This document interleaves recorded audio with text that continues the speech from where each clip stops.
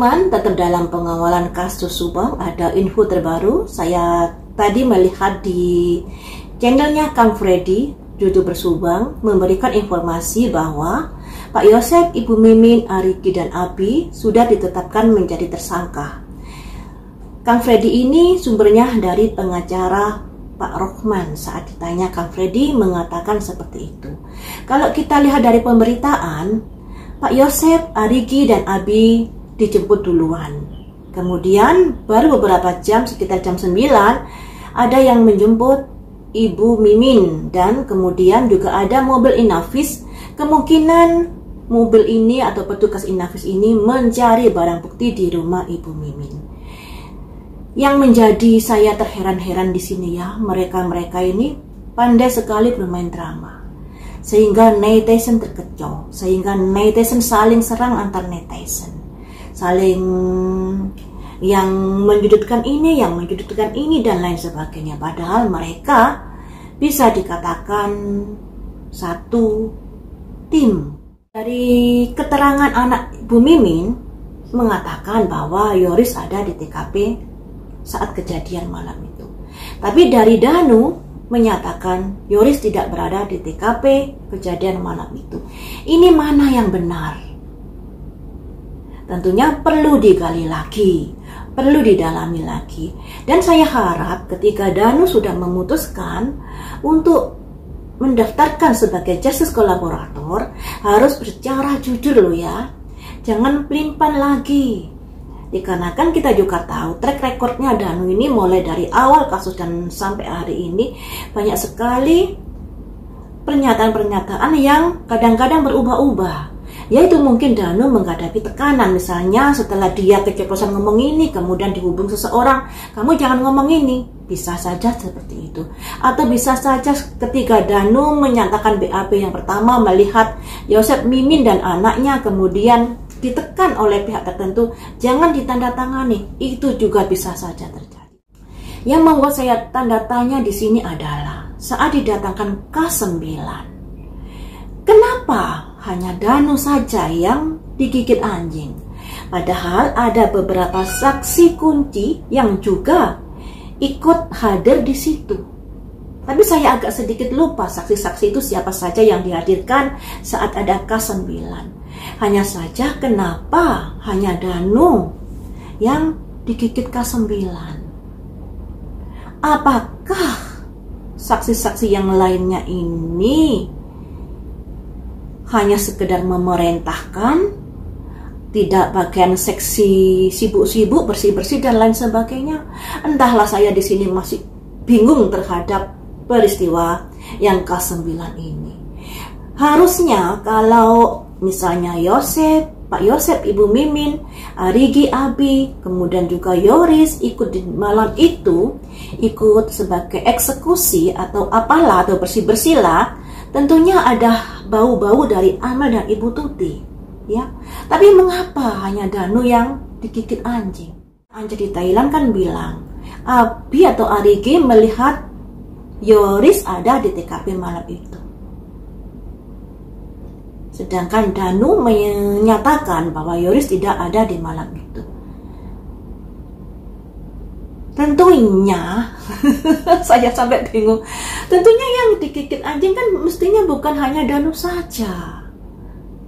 Apakah Danu terlalu dominan dalam tugasnya di TKP malam itu? Nah, ini yang saya juga tidak tahu, teman-teman. Tapi puji syukur Danu mau menjadi atau mau terus terang saat ini. Ada yang nggak terus terang juga, mungkin masalah ini bisa berlarut-larut. Akan tetapi dari prediksi saya kemarin, kenapa Danu jujur? Karena keadaan sudah kepepet. Ada simbol emergensi di mana maju mundur kena, kemudian dari segala arah sudah dikunci. Jadinya mau nggak mau ya harus jujur demi kebaikan dirinya sendiri tentunya, misalnya untuk keringanan hukuman dan lain sebagainya. Dari prediksi saya kemarin seperti itu.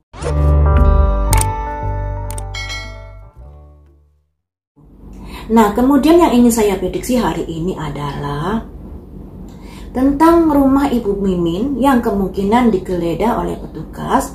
Karena saat menjemput Ibu Mimin juga ada mobil Inavis. Tentunya mobil Inavis ini ingin mencari alat bukti. Dan mobil Inavis ini tentunya juga ada informasi dari mungkin Pak Yosep, Abi, dan Ariki yang sudah dijemput duluan. Makanya ke rumah kembali untuk mencari barang bukti tersebut. Setelah 2 tahun lebih. Ya semoga masih kuat alat buktinya. Tapi mari kita prediksi ya teman-teman. Prediksi ini ibaratnya seperti praduga tidak bersalah. Masih memperkirakan bukan memastikan. Jadi tolong sikapi dengan bijaksana. Karena dari setiap prediksi saya mungkin juga ada yang kurang tepat. Jadi mohon dimaafkan ya. Mari kita lihat apakah dari rumah Ibu Mimin didapati alat bukti yang kuat.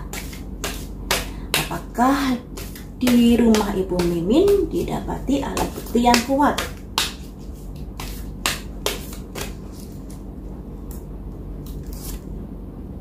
Ada rilis. Rilis ini bisa simbol dari melepaskan, melampiaskan. Tapi mari kita lihat dari kartu berikutnya ya. Apakah di rumah Ibu Mimin didapati bukti yang kuat? Ada simbol awan teman-teman.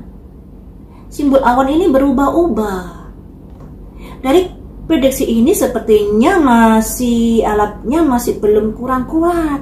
Apakah mungkin karena terlalu lama tidak gercep dari awal untuk menggeledah rumahnya, baru 2 tahun lebih kemudian mendatangi, jadi alat buktinya ada simbol awan. Awan ini mudah berubah-ubah, jadi bisa dikatakan masih kurang kuat kalau menurut prediksi lo ya. Tapi nggak tahu lagi nanti kalau sudah diumumkan. Kemudian alat bukti yang ditemukan Ibu di rumah Bu Mimin apakah kuat? Ada simbol love. Ada simbol love, 2 tangan. Kalau dilihat dari kartu ini masih belum kuat barang bukti yang ditemukan di rumah Ibu Mimin. Kenapa begitu? Ya mungkin karena sudah terlalu lama. Mungkin ya, karena saya sendiri juga nggak tahu masalah Inavis dan lain sebagainya. Saya hanya berdasarkan dari kartu-kartu ini. Ada rilis, ada melampiaskan. Tapi sayang, bukti yang didapat sepertinya kurang kuat. Kenapa? Ya mungkin udah terlalu lama. Jadi ya Allah, ya Tuhan, selanjutnya apakah bukti itu nanti bisa menjerat salah satu atau 4 saksi yang sudah dijadikan tersangka ini?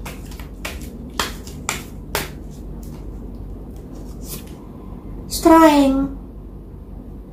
Ada kekuatan di sini teman-teman. Ada kekuatan. Mungkin didukung dengan bukti-bukti yang lainnya.